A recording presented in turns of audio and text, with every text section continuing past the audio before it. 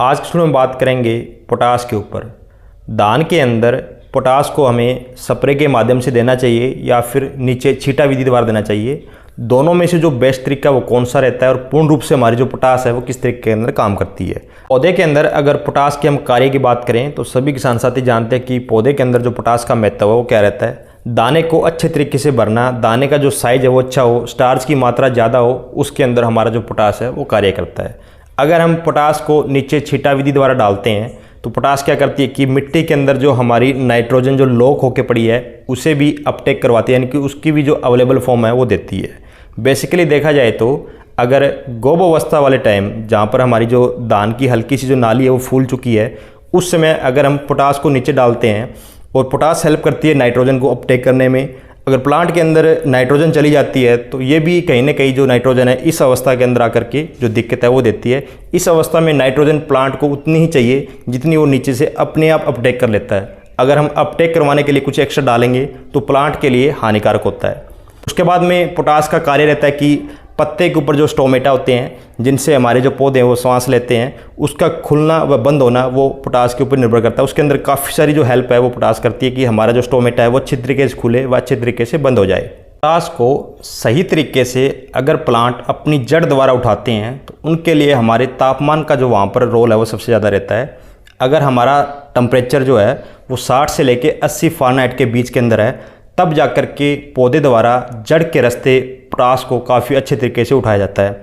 Basically देखा जाए तो 60 से 80 फ़ारेनहाइट का मतलब आपको मैं यहाँ पे जो टेम्परेचर है वो डिग्री सेल्सियस के अंदर दे देता हूँ ताकि आपको आसान तरीके से समझ में आ जाए। 80 फ़ारेनहाइट का मतलब होगा कि 26 डिग्री के आसपास। अभी आप देख रहे हो कि करंटली जो हमारा टेम्परेचर है वो 32 से लेकर 34 डिग्री के आसपास है।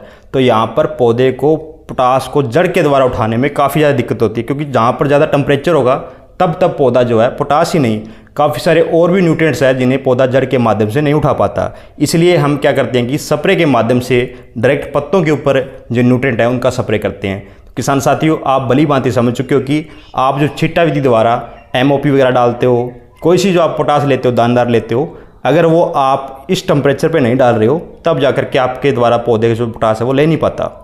अगर आपने नीचे पोटास डाली है तो पोटास हमारी मिट्टी के अंदर जो बैक्टीरिया द्वारा चेंज करते हैं उसमें 10 से लेके 12 या फिर 15 दिन का जो समय है, कुछ एक मिट्टी के अंदर हमारे जो बैक्टीरिया वो ले लेते हैं, क्योंकि जहाँ मिट्टी का pH मान ज़्यादा होगा वहाँ पर जो पोटास है बैक्टीरिया द्वारा काफ़ी दिनों के अंदर चेंज की जाती है। यानी कि अगर आप गोब अवस्था के अंदर पोटास दे रहे हो तो आपकी पोटास 15 दिन के बाद में काम कर रही है, तब तक तो हमारा जो बालियाँ हैं वो निकल के हमारा जो बूर है वो भी झड़ जाता है। तो वहाँ पर जो पोटास का कार्य है वो फिर हमारे काम किस तरीके से आया।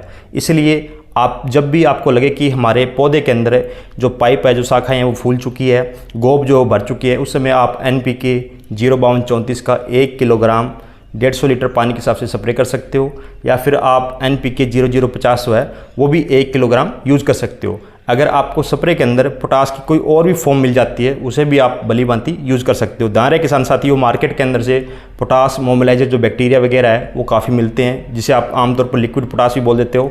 ऐसी चीज़ों से आपको बच के रहना है। अगर आपको एक्चुअल मायने में लिक्विड पोटास मिलती है तो आप यूज़ कर सकते हो।